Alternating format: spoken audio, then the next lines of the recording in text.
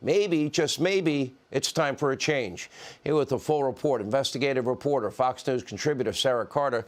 You know, it's just, this is like unnecessary preventable death, and we're not even lifting a finger to save these human lives. Yeah, Sean, what I saw today on the streets of Philadelphia, what I saw is not only heartbreaking, it's terrifying. As we drove through the streets of Kensington and through the surrounding neighborhoods, this isn't just one block. This was block after block after block. You could see people shooting up methamphetamine, heroin, fentanyl, and the drug that you are talking about is xylazine. It is a tranquilizer that is used on animals. It is not meant to be used in humans. I want to tell you this, Sean, just so you could get a perspective here. 95% of the narcotics here in Philadelphia, according to law enforcement sources I have spoken to today, are coming from the Sinaloa cartel. This fentanyl is coming across the border. Those fentanyl precursor chemicals are coming from none other than China. They are coming to our streets, and they are literally paralyzing our communities. I spoke with a drug user today. We're keeping her anonymous here on the show. She was on the streets. I sat with her under an awning as the rain was pouring on us, and she was telling me about her life and the horrors of living with this addiction. Take a listen to this.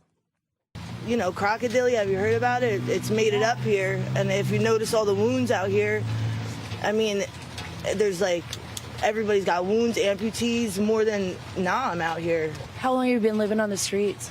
Right now, I've been spurts, but right now I've been about 5 years. I just lost my husband a year ago to an infection. They've been putting a lot of this tranquilizer and this, what you guys call on the street, crocodile, into the drugs. Are you scared that you may not survive the next hit? You know what's scary is when you kind of try and clean up or go to a hospital and then come back out. You're more likely to die. Like, you know what I mean? It's actually trying to get clean and then come in, like, trying to just maintain a little bit of a feel. You know what I mean? That's what's scary, is that, like, if you do come back, you're more likely to overdose 3 or 4 or 5 times. This out here, no, I wish I was more fearful, but no, I'm not. A lot of times I hear stories and they say, you know, these are zombies, but you're people, right? Yeah, we are people. We are. But we're also zombies. We're the Night of the Living Dead out here. It's terrible. Sean, some of these children on the street are as young as 15. These are people. She described herself as a zombie, obviously because of the addiction. I got to tell you, what stunned me is that there were school buses in the area dropping kids off after school. There were parents. You could see that they were good parents, by all means, mothers walking with their children, trying to navigate them around the drug usage, around the drug dealers. And I thought to myself as a parent, you know, this is someone's child. This girl is on the street, but she is someone's child. These are Americans that are dying on the streets. And I talked to law enforcement officials that believe that this is just the tip of the iceberg. 80% of the drugs right now here in Philly are mixed with that xylazine tranquilizer. And they believe this is going to spread across the United States. Sean? Sarah, I mean, what a chilling report, sad report. I mean, these drugs basically are people committing suicide. They're killing themselves right before our very eyes, and our children are seeing that as well.